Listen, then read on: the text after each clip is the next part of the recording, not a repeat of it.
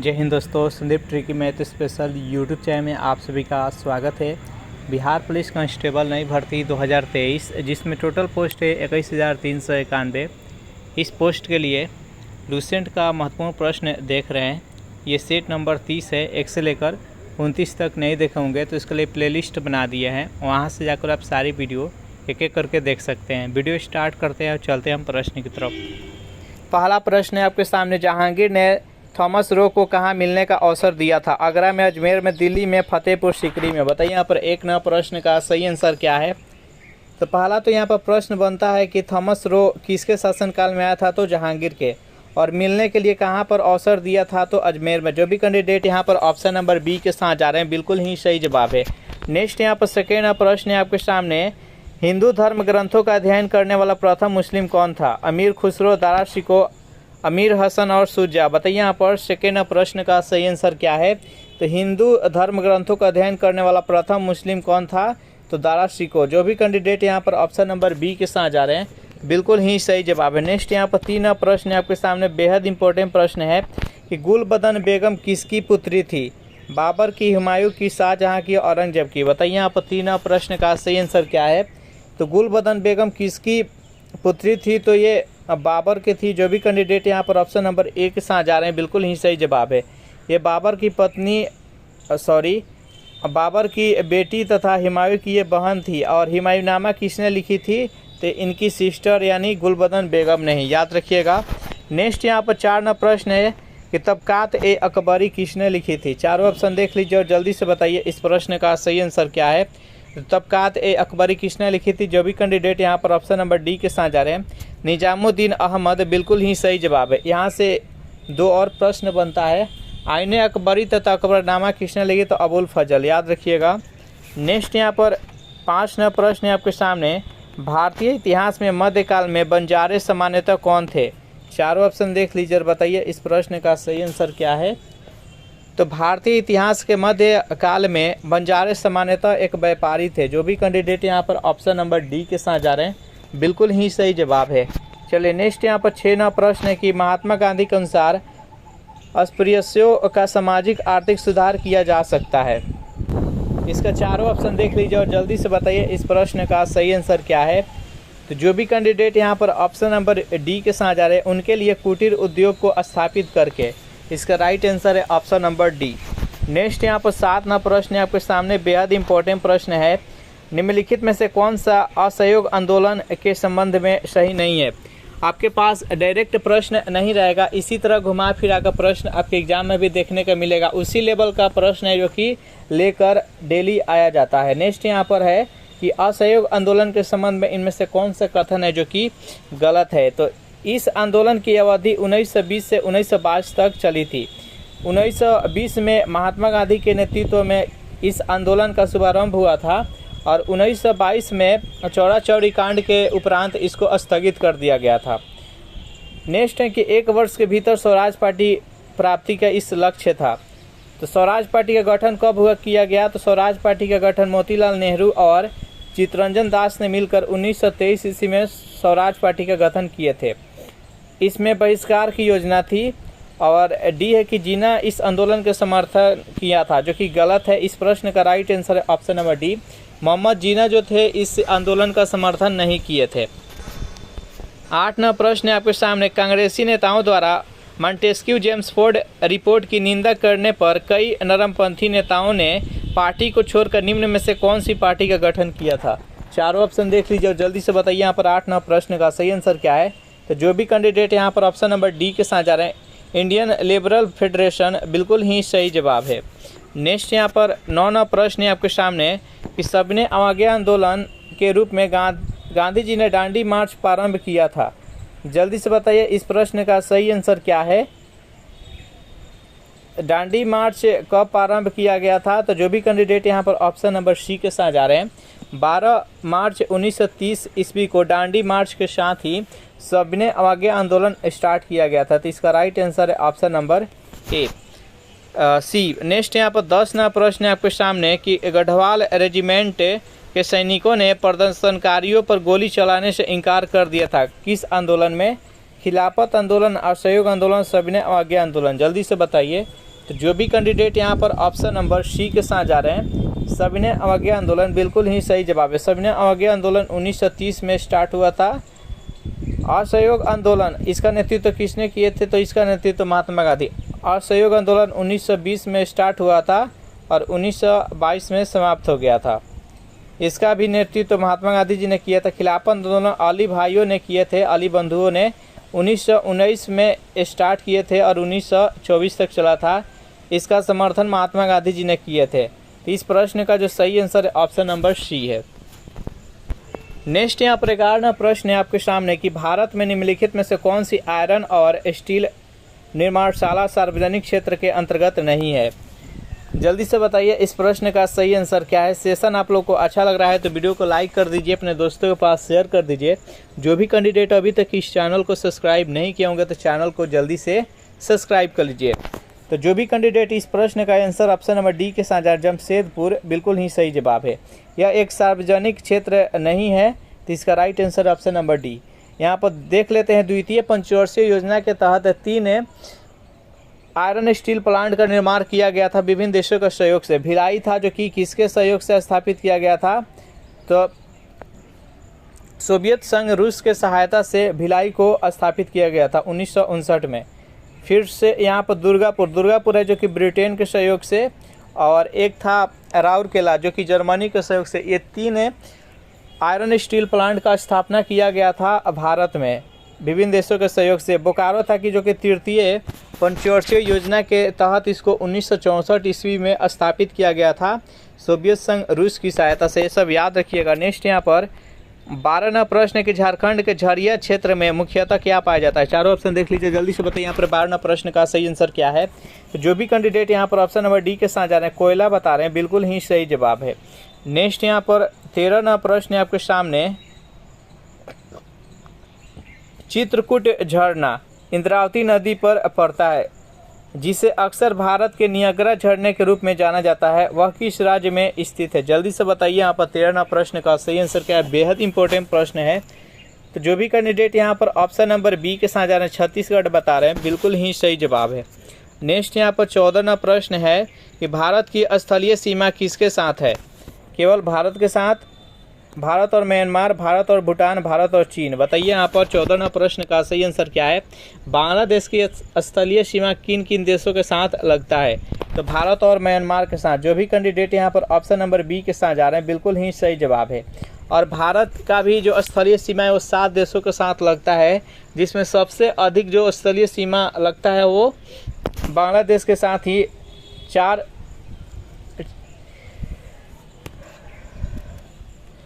Kilometre के आसपास लगता है। नेक्स्ट यहाँ पर 15वां प्रश्न है कि नंदा देवी चोटी किस राज्य में स्थित है?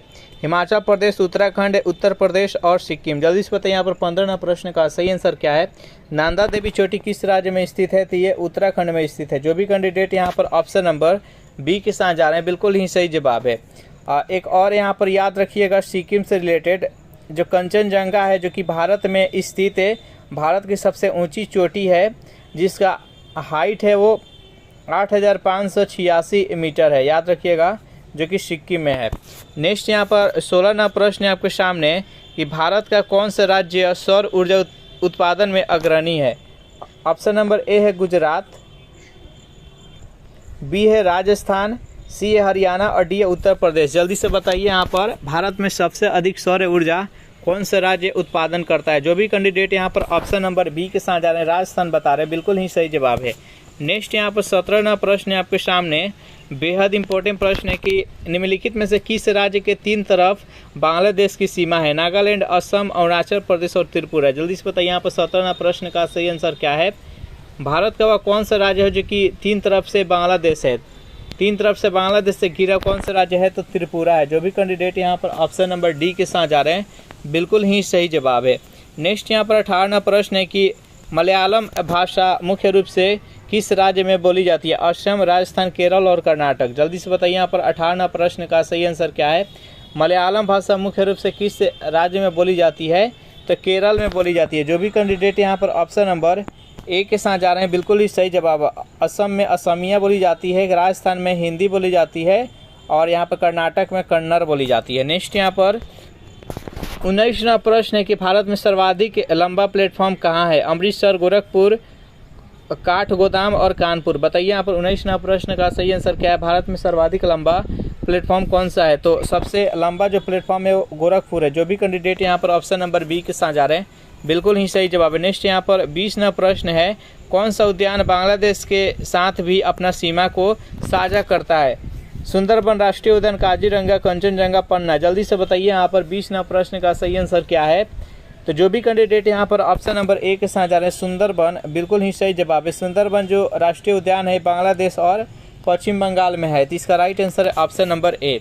नेक्स्ट यहाँ पर काजीरंगा दिया गया एक सिंग वाले गेंडा के लिए प्रचलित है जो कि असम में है, कंचनजंगा है जो कि सिक्किम में है और पन्ना है जो कि मध्य प्रदेश में, याद रखिएगा। नेक्स्ट यहाँ पर 21वां प्रश्न है कि भारत में त्रिस्तरीय पंचायती राज व्यवस्था की सिफारिश की थी। चारों ऑप्शन देख लीजिए और बताइए यहाँ पर 21वां प्रश्न का सही आंसर क्या है? तो भारत में त्रिस्तरीय पंचायती राज व्यवस्था की सिफारिश किसने की थी? तो बलवंत राय मेहता समिति ने। जो भी कैंडिडेट यहाँ पर ऑप्शन नंबर बी के साथ जा रहे हैं बिल्कुल ही सही जवाब है। अगर इस सेशन का आपको पीडीएफ चाहिए तो इसके लिए टेलीग्राम ग्रुप बना दिए हैं जिसका लिंक इसी वीडियो के नीचे डिस्क्रिप्शन में मिल जाएगा, वहाँ से ज्वाइन करके इसका पीडीएफ डाउनलोड कर सकते हैं। नेक्स्ट यहाँ पर 22वां प्रश्न है आपके सामने, भारतीय संविधान भारत के राष्ट्रपति को अधिकार नहीं देता है। चारों ऑप्शन देख लीजिए और बताइए यहाँ पर 22वां प्रश्न का सही आंसर क्या है? भारतीय संविधान ने भारत के राष्ट्रपति को कौन सा अधिकार नहीं देता है? तो राज्यों के मुख्यमंत्री की नियुक्ति का। जो भी कैंडिडेट यहाँ पर ऑप्शन नंबर बी के साथ जा रहे हैं बिल्कुल ही सही जवाब है। नेक्स्ट यहाँ पर 23वां प्रश्न के उपराष्ट्रपति को पदच्युत करने के संबंधित प्रस्ताव प्रस्तुत किया जा सकता है। संसद के किसी भी सदन में, राज्यसभा में, लोकसभा में उपयुक्त में से कोई नहीं। बताइए यहाँ पर 23वां प्रश्न का सही आंसर क्या है? तो जो उपराष्ट्रपति होते हैं ये राज्यसभा के सभापति होते हैं, इनको पदच्युत के लिए प्रस्ताव है जो कि राज्यसभा में केवल प्रस्तुत किया जा सकता है, तो इसका राइट आंसर है ऑप्शन नंबर बी। 24वां प्रश्न है आपके सामने कि भारत की संसद के संबंध में निम्न में से कौन सा कथन सही नहीं है? चारों ऑप्शन देख लीजिए और बताइए यहाँ पर 24वां प्रश्न का सही आंसर क्या है? यहाँ पर जो भी कैंडिडेट यहाँ पर ऑप्शन नंबर सी के साथ जा रहे हैं, मंत्रिमंडल की सदस्यता निम्न सदन तक ही सीमित है, जो कि गलत है। इसका राइट आंसर है ऑप्शन नंबर सी। नेक्स्ट यहाँ पर 25वां प्रश्न है आपके सामने कि छिपी हुई बेरोजगारी से तपतड़े, यानी छिपी हुई बेरोजगारी किसे कहते हैं? जल्दी से बताइए यहाँ पर, चारों ऑप्शन देख लीजिए और बताइए यहाँ पर 25वां प्रश्न का सही आंसर क्या है? छिपी हुई बेरोजगारी किसे कहते हैं? तो देखिए, किसी कार्य में जिसको कम व्यक्ति कर सकते हैं लेकिन उस कार्य में अधिक व्यक्ति लगे रहते हैं, तो इसे ही छिपी हुई बेरोजगारी, यानी कोई काम 10 आमदी का है और उसमें 15 आदमी कार्य कर रहे हैं, तो यहाँ पर 5 आमदी है जो कि बेरोजगार है, ये छिपी हुई बेरोजगारी के अंतर्गत आता है, तो इसका राइट आंसर है ऑप्शन नंबर डी। नेक्स्ट यहाँ पर 26वां प्रश्न है कि आम भारतीय बीमा योजना सामाजिक सुरक्षा प्रदान करती है। चारों ऑप्शन देख लीजिए और बताइए यहाँ पर 26वां प्रश्न का सही आंसर क्या है? तो आम भारतीय बीमा योजना सामाजिक सुरक्षा प्रदान करती है ग्रामीण क्षेत्रों के सभी श्रमिकों को। जो भी कैंडिडेट यहाँ पर ऑप्शन नंबर ए के साथ जा रहे हैं बिल्कुल ही सही जवाब है। नेक्स्ट यहाँ पर प्रश्न है आपके सामने, हेपेटाइटिस बी विषाणु का उद्भवन काल कितना होता है? चारों ऑप्शन देख लीजिए और बताइए यहाँ पर 27वां प्रश्न का सही आंसर क्या है? तो 30 से 180 दिन। जो भी कैंडिडेट यहाँ पर ऑप्शन नंबर बी के साथ जा रहे हैं बिल्कुल ही सही जवाब है। नेक्स्ट यहाँ पर 28वां प्रश्न है आपके सामने, हमारे शरीर के किन कोशिकाओं में सबसे कम पुनर्योजी शक्ति होती है? चारों ऑप्शन देख लीजिए और बताइए यहाँ पर 28वां प्रश्न का सही आंसर क्या है? मस्तिष्क कोशिकाएं, पेशी कोशिकाएं, अस्थि कोशिकाएं, यकृत कोशिकाएं। जो भी कैंडिडेट यहाँ पर ऑप्शन नंबर ए के साथ जा रहे हैं मस्तिष्क कोशिकाएं, बिल्कुल ही सही जवाब है। नेक्स्ट यहाँ पर 29वां प्रश्न है, कोलेस्ट्रॉल क्या है? जल्दी से बताइए यहाँ पर कोलेस्ट्रॉल किसे कहते हैं? चारों ऑप्शन देख लीजिए, जल्दी से बताइए यहाँ पर 29वां प्रश्न का सही आंसर क्या है? तो कोलेस्ट्रॉल किसे कहते हैं? तो जंतु वासा में उपस्थित वाशीय अम्ल को कोलेस्ट्रॉल कहा जाता है। शरीर में अगर कोलेस्ट्रॉल ज़्यादा हो जाता है तो हार्ट अटैक की संभावना होती है, तो इसका right answer option number C. Next यहाँ पर 30वां प्रश्न है कि स्थानीय वनस्पति का संग्रह क्या कहलाता है? जल्दी से बताइए इस प्रश्न का सही आंसर क्या है? स्थानीय वनस्पति का संग्रह क्या कहलाता है? तो जो भी कैंडिडेट यहाँ पर ऑप्शन नंबर ए के साथ जा रहे हैं हर्बेरियम, बिल्कुल ही सही जवाब है। 31वां प्रश्न है कि छिछले हैंडपंप से पानी पीने वाले लोगों को निम्नलिखित सभी रोगों में से संभावना होती है सिवाय हैजा, टाइफाइड, कमला और फ्लोरोसिस। बताइए यहाँ पर 31वां प्रश्न का सही आंसर क्या है? तो इसका राइट आंसर है ऑप्शन नंबर डी, फ्लोरोसिस। इसका राइट आंसर है option number D. Next question देखते हैं, मिश्र धातु में किस पदार्थ के संयोग से निष्कलंक इस्पात यानी स्टेनलेस स्टील चुंबकीय हो जाता है? ऑप्शन नंबर ए है कार्बन, बी है क्रोमियम, सी है निकेल और डी है मोलिब्डेनम। बताइए यहाँ पर इस प्रश्न का सही आंसर क्या है? तो निकेल को मिलाने पर वह चुंबकीय हो जाता है, तो इसका right answer option number C. Next यहाँ पर 33वां प्रश्न आपके सामने, निम्नलिखित में से किस यौगिक का उपयोग अग्निरोधक के कपड़ा बनाने में किया जाता है? जल्दी से बताइए यहाँ पर 33वां प्रश्न का सही आंसर क्या है? किस यौगिक का प्रयोग हो जो कि अग्निरोधक यानी उसमें जल्दी से आग नहीं पकड़ पाता वैसे कपड़ा का निर्माण किया जाता है? तो एल्युमिनियम सल्फेट का प्रयोग करके। इसका राइट आंसर है ऑप्शन नंबर डी। नेक्स्ट यहाँ पर 34वां प्रश्न है, निम्नलिखित में से कौन सा वायु का अकार्बनिक गैसीय प्रदूषक है? चारों ऑप्शन देख लीजिए और बताइए यहाँ पर 34वां प्रश्न का सही आंसर क्या है? निम्नलिखित में से कौन सा वायु का अकार्बनिक गैसीय प्रदूषक है? तो जो भी कैंडिडेट यहाँ पर ऑप्शन नंबर सी के साथ जा रहे हैं, हाइड्रोजन सल्फाइड बता रहे हैं, बिल्कुल ही सही जवाब है। इसका राइट आंसर है ऑप्शन नंबर सी। नेक्स्ट यहाँ पर 35वां प्रश्न है कि कौन सी गैस चूना पानी को दूधिया बनाती है? चारों ऑप्शन देख लीजिए और जल्दी से बताइए यहाँ पर 35वां प्रश्न का सही आंसर क्या है? कौन सी गैस है जो कि चूना पानी को दूधिया बनाती है? तो कार्बन डाइऑक्साइड। जो भी कैंडिडेट यहाँ पर ऑप्शन नंबर सी के साथ जा रहे हैं, बिल्कुल ही सही जवाब है। नाइट्रस ऑक्साइड के बारे में आप भली भांति जानते हैं, N2O, ये लाफिंग गैस है नाइट्रस ऑक्साइड। नेक्स्ट यहाँ पर 36वां प्रश्न है आपके सामने, दो भिन्न समुदायों के बीच का संक्रांति क्षेत्र क्या कहलाता है? चारों ऑप्शन देख लीजिए और बताइए यहाँ पर 36वां प्रश्न का सही आंसर क्या है?